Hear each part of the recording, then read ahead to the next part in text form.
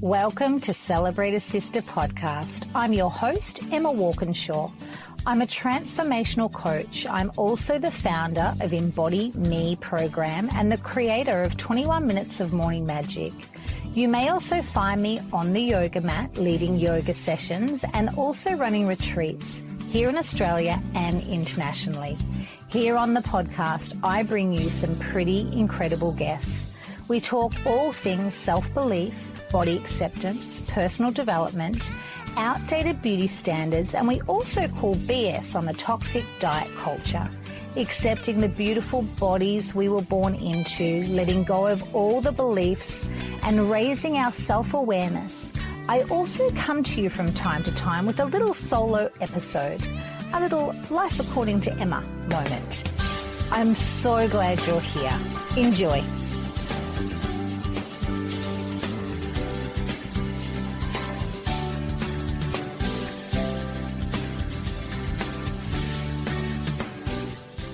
A big warm welcome to the Celebrate a Sister podcast. I'm very excited today. I have darling Catherine with me. I'm going to tell you a little bit about Catherine. Catherine is a transformational powerhouse dedicated to helping women navigate life's transition with confidence, ease, and joy. As the founder of the Happiness Hive, she empowers women to unlock their personal formula for success and happiness. With over 35 years of expertise in mindset and human behavior, Catherine has coached thousands of executives, entrepreneurs, and individuals to embrace authenticity, build confidence, and create a life that they truly love. A sunrise enthusiast, theme party planner, and innovator, Catherine brings passion and purpose to everything she does, helping women become radiant magnets for their deepest desires. Welcome, Catherine.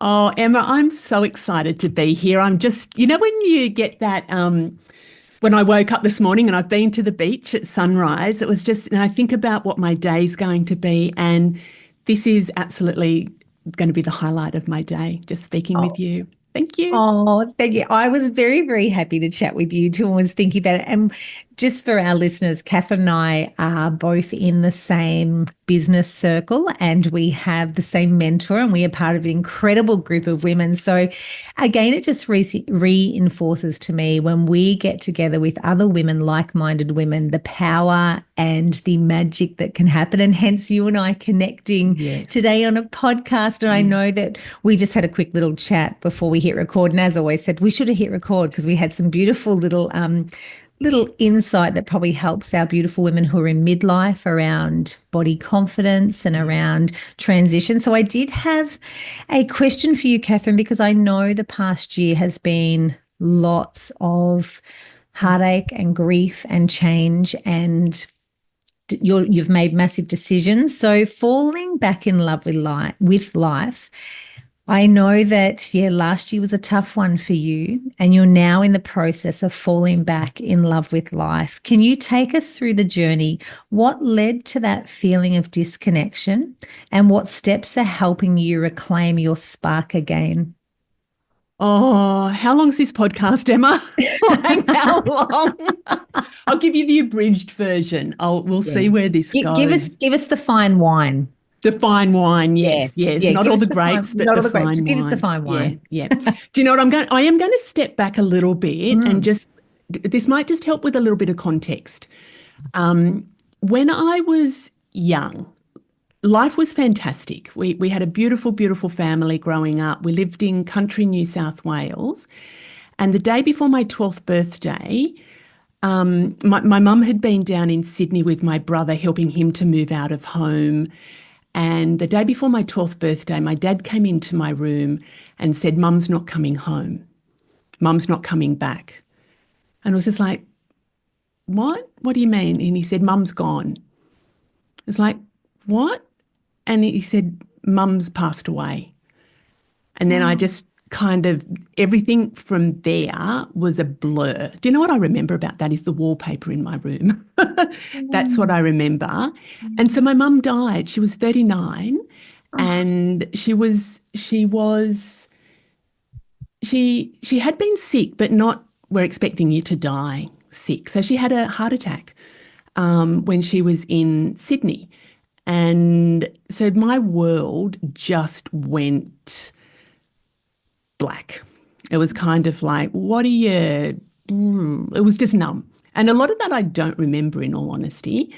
And so growing up, I had my dad and my two older brothers, and kind of our coping mechanism, this was in the 70s, our coping mechanism was just get on with life.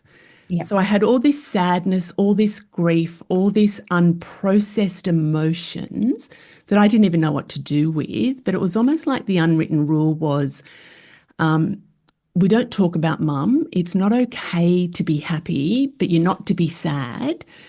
So that's how I was. If you can imagine this kind of melting pot of emotions, but not knowing how to deal with it. And my coping strategy, and this will link back into what you do a lot of work with, was to eat.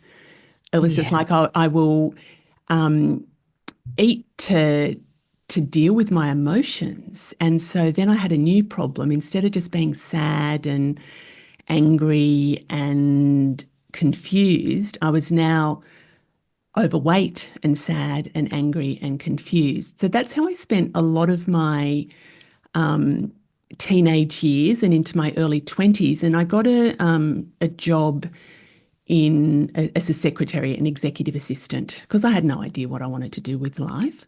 And I was just angry. I was 19. I was angry. And the boss that I was working for, he just was like, Catherine, there's a job that's come up that is teaching people to type. We think you'll be really good at that. And I'm just like, yeah, whatever. Like, can you imagine this angry 19-year-old just going, yeah, whatever. And I got this job, no training or anything, to teach people how to type. And there was something, Emma, that clicked in me going, oh, this feels really good. It's a feeling that I hadn't recalled feeling for, since I was a young kid. And then, long story short, I'll get to the fine wine bit, but I kind of fell into this career in training and development, and it led to corporate coaching and executive coaching. And through that experience, and I was studying psychology and adult education, and through that process, I was exposed to a whole lot of practices about being the best version of yourself. And I was teaching people how to be, and I went, oh, I could do this for myself. And then I was probably in my late 20s where I went, you know what? I don't want to live as this angry, sad, confused person anymore. So I made a really conscious decision about being the best that I could be and living the best, most beautiful life that I could live. And I've really devoted myself to that. But it was a lot of challenge. After mum died, there was this feeling like it's not okay to be happy again. So I really flipped the script and did a lot of work around it is okay to be happy. And my business is called the Happiness Hive. So from something really challenging, I didn't know it at the time, but that it formed the basis of my business about if I can choose to be happy and devote myself to that, and it's helping other people to be happy and master themselves and their lives. And so everything was beautiful and lovely. And, fast forward to 2024, and we were in the process of moving to this beautiful seaside sanctuary that we're now in. And we just put our house on the market, and I got a phone call from my brother, and so his daughter had passed away. His 20-year-old only child had just suddenly passed away. And it just took me back to that 12-year-old, that it's not okay to be happy. And here we are, we're in this major, beautiful life transition of, this bringing this, John and I had dreamed of this change for years and years and years. And then this tragedy happened, and it just was like, far out. And yeah, so that's the backstory as to falling back in love with life. So the patterns, how we go through different patterns in life, that same feeling of it's not okay to be happy and enjoy life just had grabbed hold of me. And that's what I've been working with at the moment. So that was almost 12 months ago now as we record. And so the process has been, how do I fall back in love with life? Yeah. So yeah, I'm sorry. I kind of went off on a tangent there, but just to put people in perspective. So falling back in love with life with me, I was reflecting on your last episode, your podcast episode, where you were talking about your yoga philosophy and the Sanskrit words. And there was one there, and I don't know how to pronounce it, but the apringa, Oh, yeah. Apraharaha. Yeah, oh it's yeah. really apraharaha. It's really, yeah, apraharaha. Yeah. Yeah, but the words I was not familiar with, but the concepts I was incredibly familiar with, and that was about that non-attachment and release of control. And there was also that other one about dukkha, which is the Yes. suffering, Brain. and the I can't pronounce the other one, ahimsa, but that Ahimsa. non-violent, yeah, Non-violence to self. Yeah. yeah. And they were kind of like the process that I've been through, that non-attachment. I had to let go of control, that life had changed on a dime like it did when I was 12. And it's like, how do you cope with tragedy and grief? And the things that I've done is I just had to be really, really present. We went to our family, and it was just family's, highest priority in my life. So I just stopped everything, and our family went to be with my brother and his wife. And we gathered and we grieved. And you know what? We grieved very, very differently. And this is, for those when you know me, I'm always crying. Like I'm crying if I'm happy, I'm crying if I'm sad. But we grieved really, really differently than we did when my mum died. Mm. We talked, we cried, we shared how we were feeling, and we really honored our emotions. And we were just, all the emotions that we had, we allowed them. And then I had to go really quiet for a while. I really retreated in my business, and I just went, what's important to me in life? What is important right now? And family was the absolute key. My brothers, my immediate family, my nieces and nephews, and we just gathered together to work through this together. Yeah. And the business that I do, like I was able to, I was still running. I was still seeing some clients, but I was on sort of low duties. I wasn't doing a lot of work. But I allowed it just to happen. And I was talking to a girlfriend and I said, I had no choice. I just had to surrender. And she said, Catherine, you did have a choice. You could have fallen in an absolute heap. You could have ignored it all. So I chose to surrender and to do that Sanskrit word that you said, Yes. Aprahigaraha. aprahigara, Yeah. is to release control. Yeah. And then we did move to our beautiful property, kind of in parallel. So it was this, God, I'm so sad. But I've got this beautiful dream coming alive, and how do I navigate both? And it was just like, I can navigate both. It's not one or the other. It's not, oh, I have to be sad and grieve, or I have to be happy. It's like I can be both. And I think it was about giving myself permission to experience all the emotions and where I was at. And so that release and that non-attachment has been a big difference for me. I can't control it all. I just am in the present moment of where I'm at and really acknowledging how I feel and allowing those emotions, all the emotions. and giving myself permission that it's okay to be happy again. But I'm not quite, I don't know if I'm quite there yet, to tell you the truth. And I work in this space, Emma, but I'm going through it myself, and I'm I'm working through it still. Because grief is not an intellectual thing. It is, and this is, you're exactly right. You and I both work in this space. And yes, we hold space for clients and go through all the motions, but it's actually not an intellectual thing. It's actually a dropping into your body. And like you say, non attachment and allowing. And I'm going to speak personally from my own experience.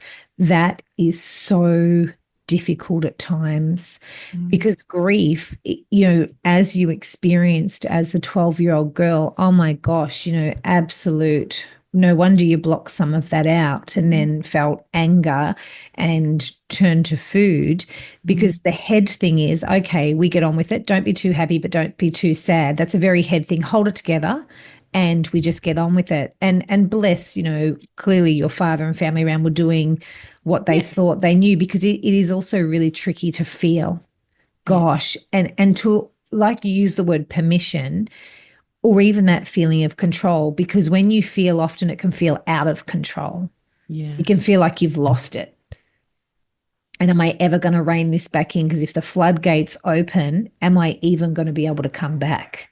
Yeah. That's and the thing that I felt, I've experienced grief. My first boyfriend, Jay, took his own life, and it was my first love. I was 18, and that was such a shock. And I remember then years later, I lost another friend who took her own life. And it was like grief for me compounded. I had a massive reaction to the next loss in my life because I hadn't fully grieved the loss of Yeah. Jay. And I'm wondering if that's similar for you, Catherine, because your mother, you didn't quite, and of course you were 12, and I'm sure there's many layers to losing a mother in Yeah. life, like that affects so many. When you become a mother yourself, Yep. I could only Yep. imagine grief would arise again Yep. when you actually become a mother, right? That would be just an ever unfolding. But I feel like in my own life around grief, the compounding and any residual leftover grief that never got felt then compounds to the Yep. next loss.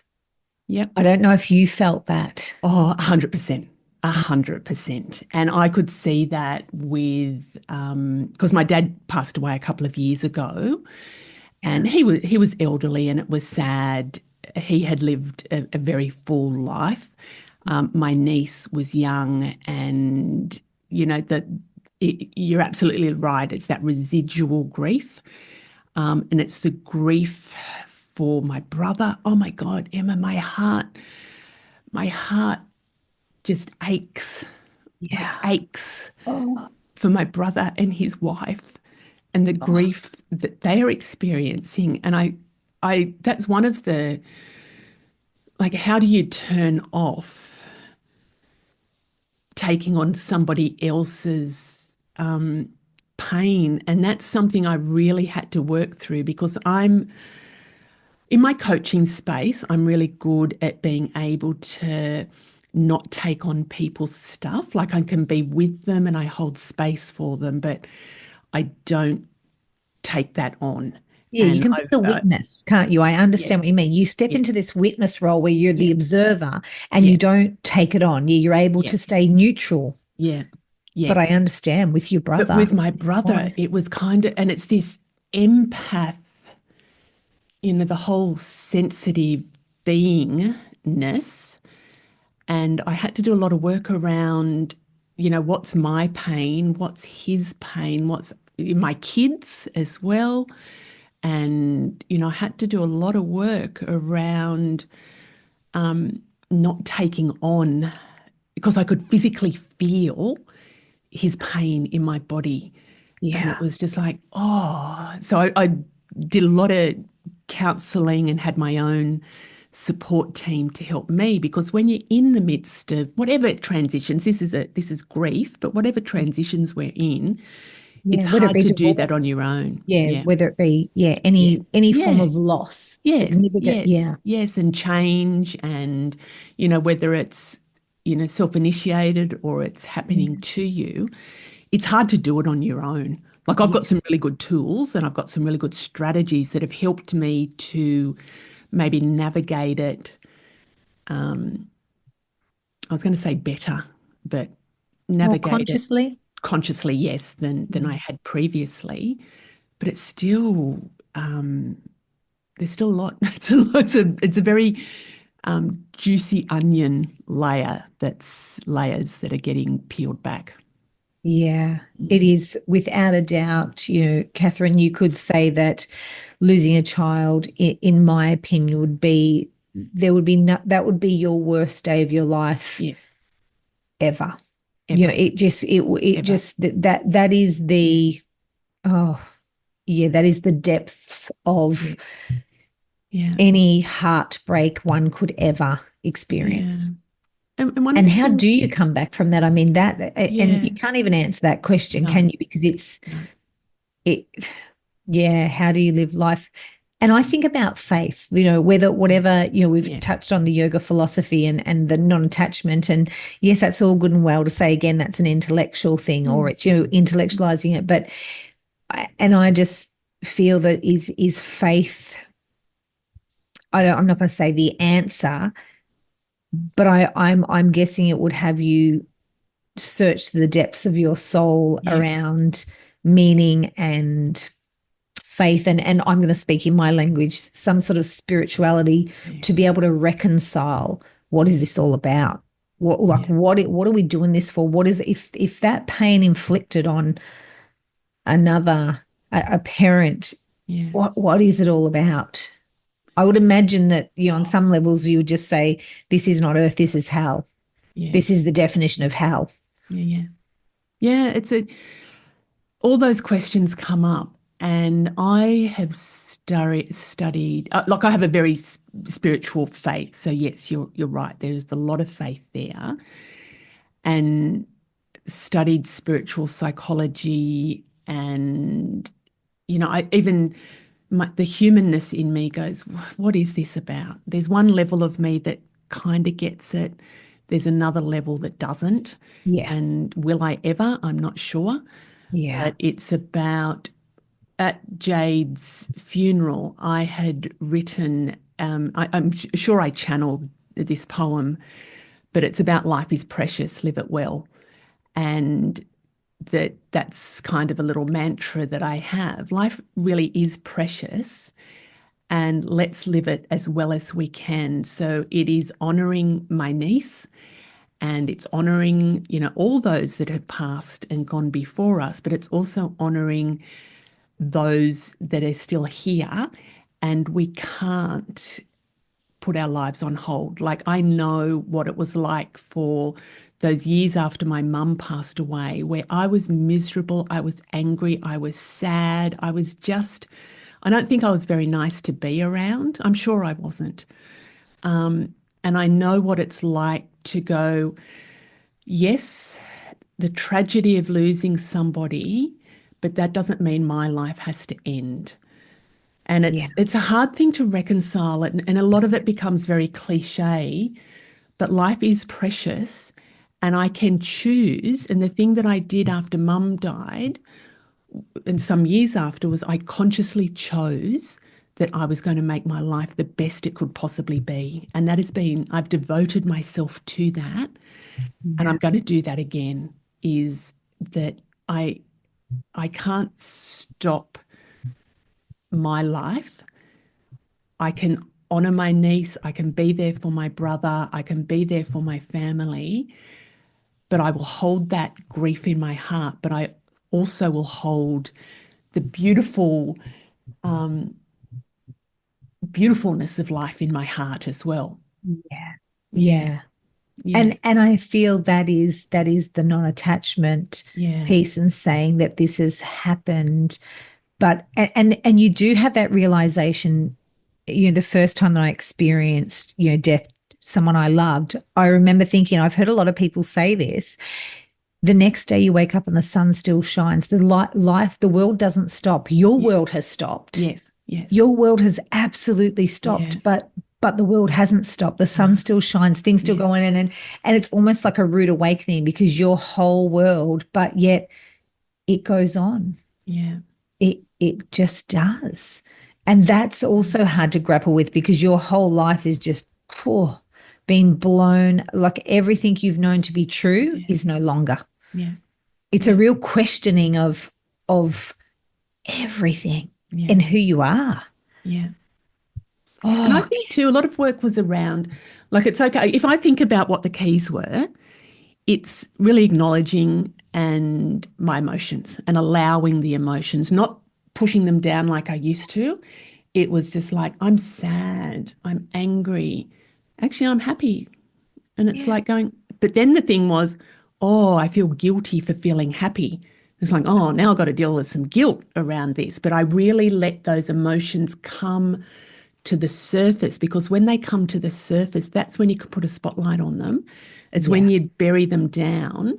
It's just like, yeah, they just eat away at you. So bringing them to the surface, and they keep popping up and then they'll float away, but I allow them to come up. Surrendering and trusting has been a big part for me. Is yeah, just, this is where it's at. I can't control it. And some yeah, days I can't control my emotions.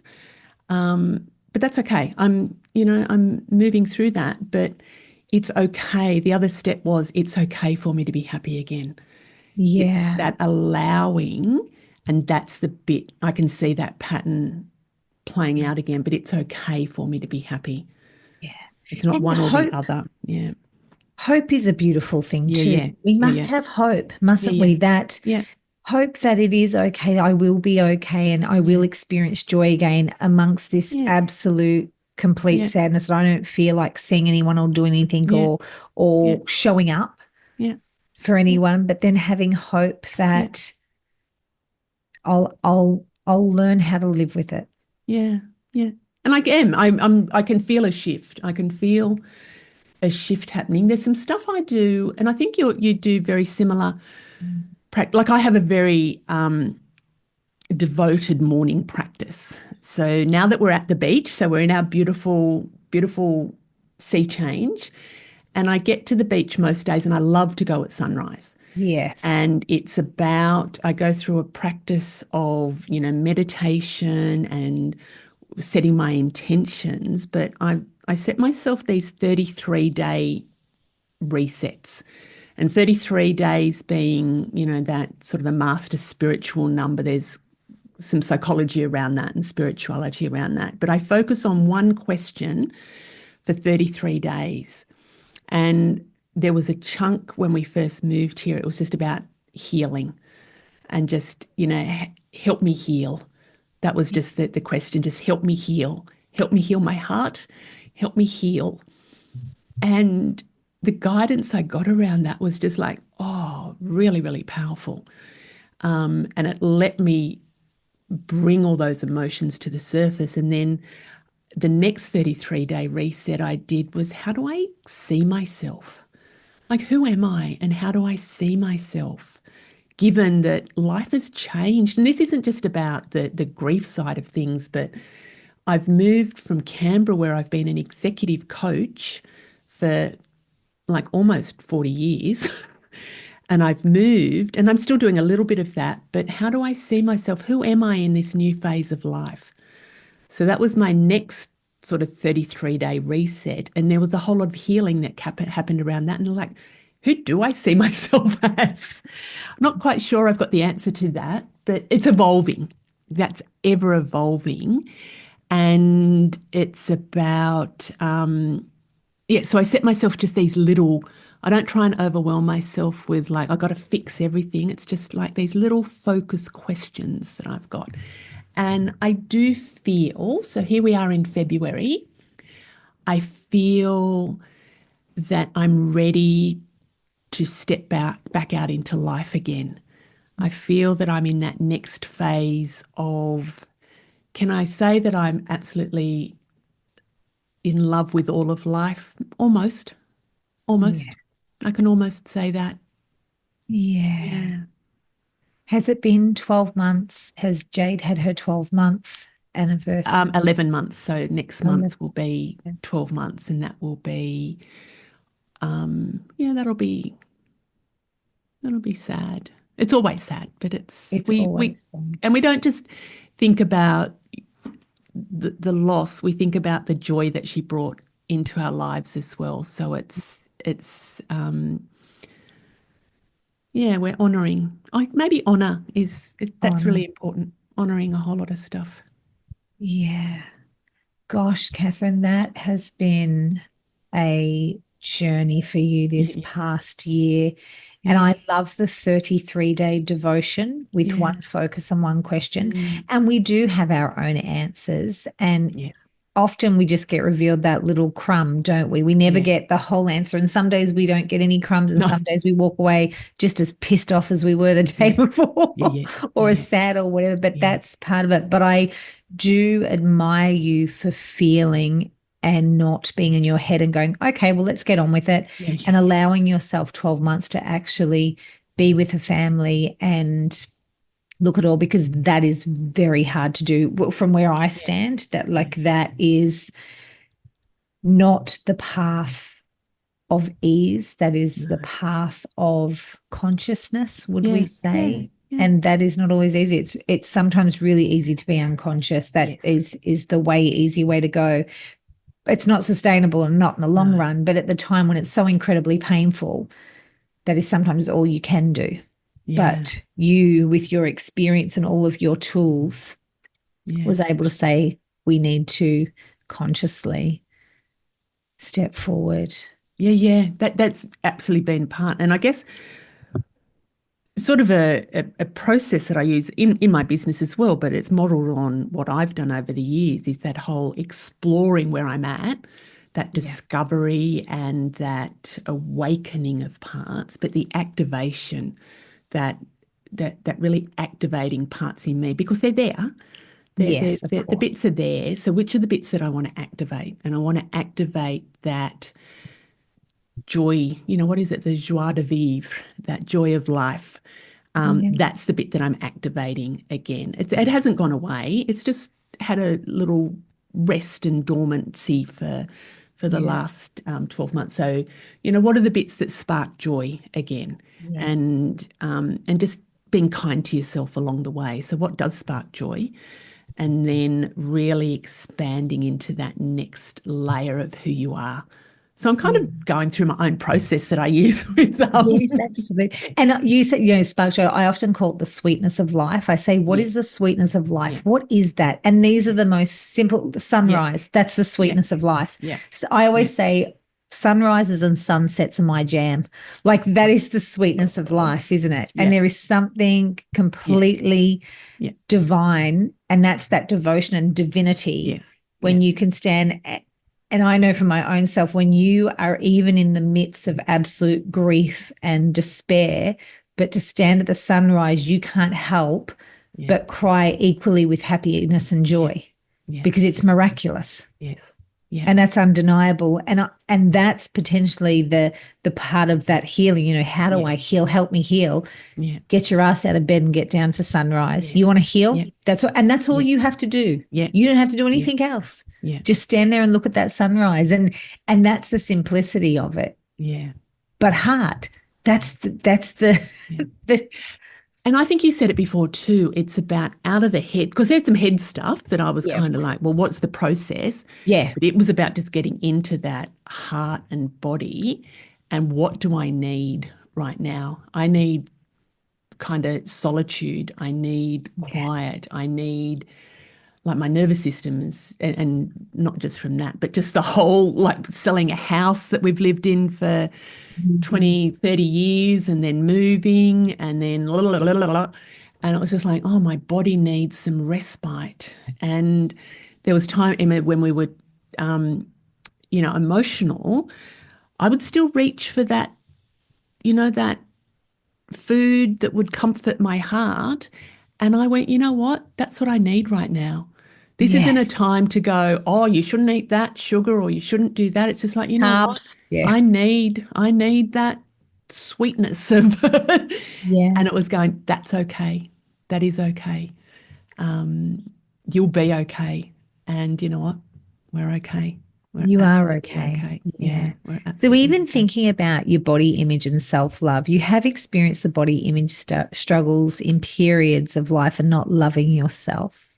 How did you work through those challenges? And what advice do you have for women who are still battling with self doubt and negative self perception? You've just touched on it there, knowing that in the midst of life and saying now's not the time to berate myself because Yeah, I needed some sweets or some carbs or whatever that might be, because that's our natural default, and we as women have been conditioned to berate yourself yeah, anytime you have perceived broken the rules or lost yeah, control.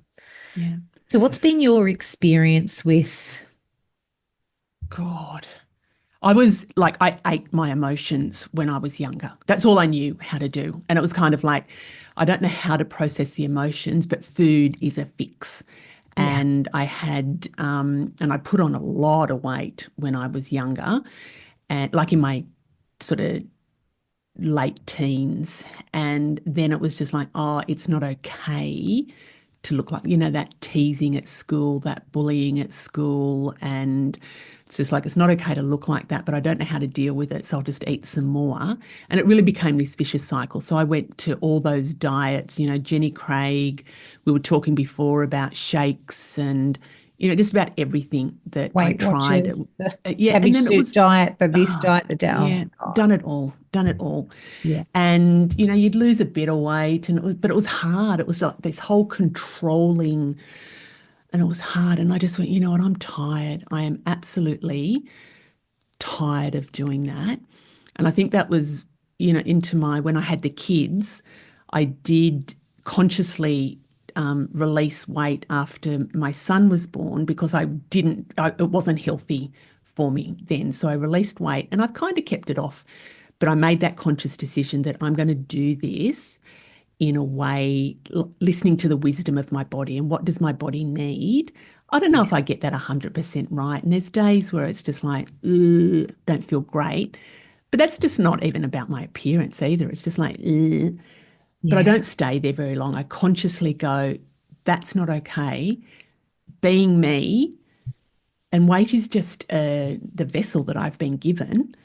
Don't get hung up on that. Like in the scheme of things, that's not even an important issue. As long as I'm healthy and as long Yeah. as I really feel good about who I am. So there's been a lot of mindset work around it, Emma. There's been a Mm. lot of mindset work. Yeah. And it is, energy, I think, measuring your Yeah. energy. There's so many more markers, I Yeah. believe, than what Yeah. you see in the mirror. And also, we are a little bit, yeah, distorted in how we look too. Because we Yeah. see we're looking Yes. out, we Yeah. have got a bit of a distortion. And, that's only just in my, the last couple of words really diving into this, because I say this has been my Achilles heel my whole life. And Yeah. and now you could say that, as a size 16, sometimes by a size 18, I am a bigger girl. But when I thought I was bigger, I was actually a mid-sized woman. Even the Yes. Yes. distortion around Yes. that, we have Yes. this perception where we have somehow catastrophized it and Yes. blown it out of the water. Yeah. And I think that's the other thing that the diet culture has done to us, Yeah. had this really screwy measuring Yeah. stick that we think, Yeah. which is also another, I feel Australian standards has done to us. Mm. Oh, gosh. Um, and I think about that aging piece, Yes. age gracefully or graciously or age whatever. Just be whatever, just feel good whatever age you are. To me, age really is just a number. I think that's almost like that diet culture too, like all this, we've got to look a certain way. We do not need to look a certain way. We really need to break that cycle. But what I was going to say before when you were talking about that, there was something that triggered in me. I remember what I did. It was the Louise Hay I love you statements. And you've got to look in the mirror. And I think it was 30 days or something. Look in the mirror, look at your body naked and say, I love you. And I would Mm. go, I love, I don't really love your hips. I don't love my hips. I don't love those jiggly bits. And then I did it, I showed up every day, and there was probably halfway through, I just went, oh my God, I love you. And Oh, I think that was the bit that changed the whole diet. So that might have been 15-ish years ago. That I remember the day that it was just like, actually, I Oh, really do love you. And I'm going, oh my God, oh my God. I'm like, it was a whole through my whole DNA, something really clicked from doing shifted. that. So if people have you, the I love you. Yeah, yeah. Yeah. Yeah. So I know that sometimes, still Mm. now, I have Yeah. moments, I'm in menopause now. I used to Yeah. have this lovely little waist and things Yeah. have shifted. Yes. And I've softened because I'll have times where I look and I love I accept you. Yes. Yes. I Yes. respect you. Yes.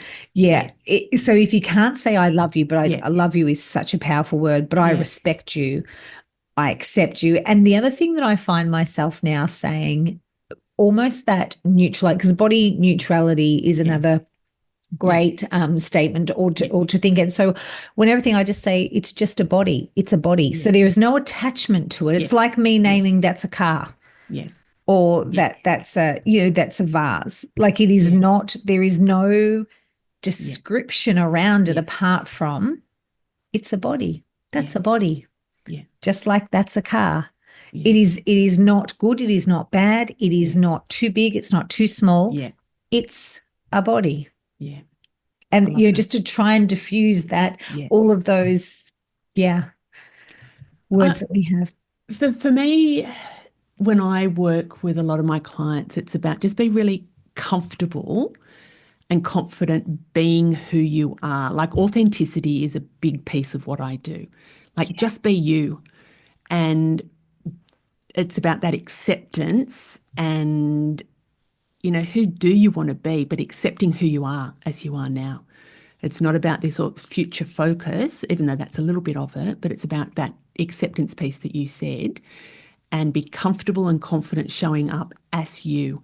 That's your yeah. thoughts that you think and the opinions that you express and the way you do life.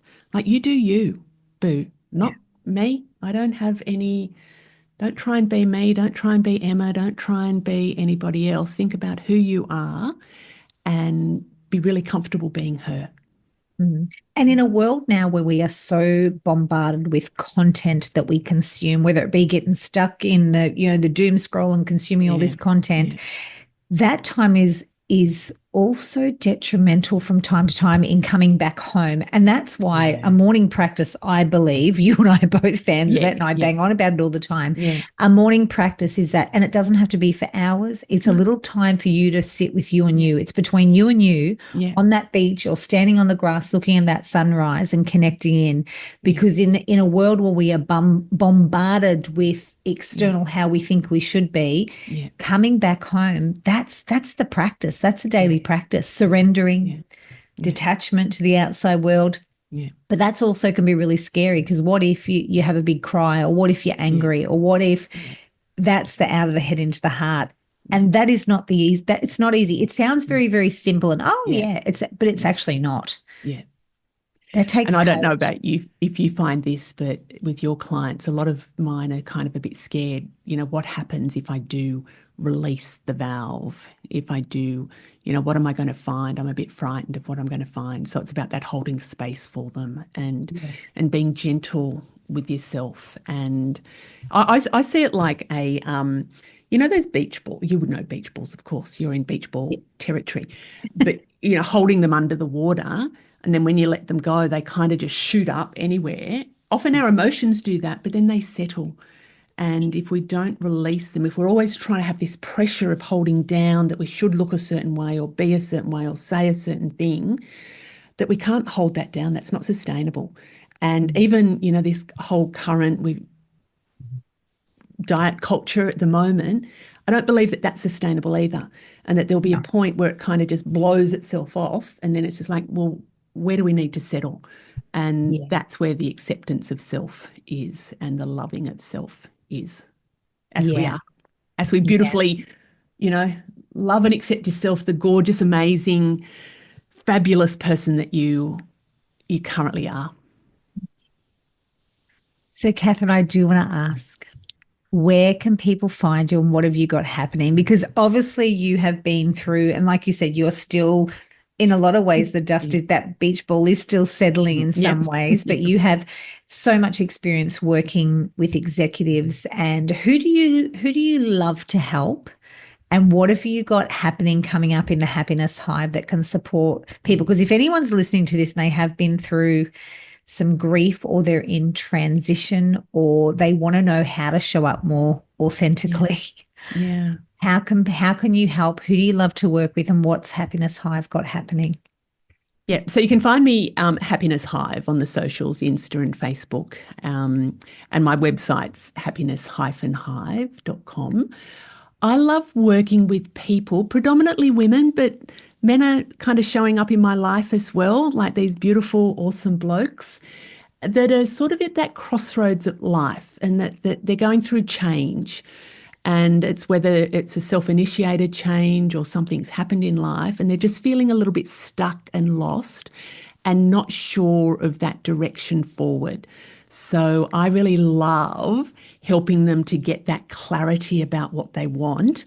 Super, I don't know, I just seem to have this knack, Emma, of helping people to unlock those invisible limitations that are holding them back. So I do some really cool stuff that's a blend of, like, I love science. I love how the brain works and neuroscience, but also spirituality and some ancient wisdom practices and very intuitively led guidance. So I love blending those two to help people get unstuck so they've got that clarity to move forward and just moving into the acceptance. And one of the things I've got at the moment is this gorgeous program called Get Your Soul Glow On.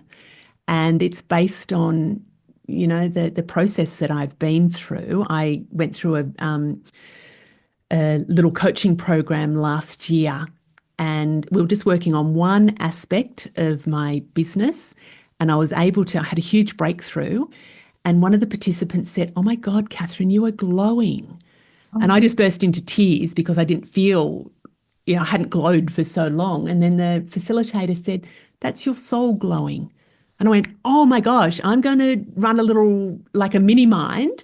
So that's in March, the 16th to the 23rd of March, called Get Your Soul Glow On. And it's about getting that spark back. And that excites me. That excites me to help other people to just feel really great about who they are. Emma. And if I'll pop another little free resource, the Happiness Health Check, that people can just go through and do a little assessment about how happy they feel in different areas of their life. beautiful. That sounds wonderful, Catherine. I love that because you're absolutely right. It's all good and well to work through this yourself, but when you have got someone walking the path with you, I Yeah. mean, you and I are big believers in Yeah. coaches. I've had a coach for years. I will never not have a coach Yeah. for various different times and reasons. It is wonderful to have someone to show you the way, and it's just coming back. I mean, I say the words Yeah. coming back Yeah. home to then be able to step forward again because we do get a little bit lost sometimes when we Yes. are Yeah. outside of ourselves or in our head. Yeah. So no doubt there's going to be a little bit of practice of dropping into the heart Yes. and Yes. Yeah. you holding their hand and walking alongside them to find that clarity of what next or what do you want. And that's the other thing too, you sharing with us around loss and grief and you making that decision to live the best life in honor of them.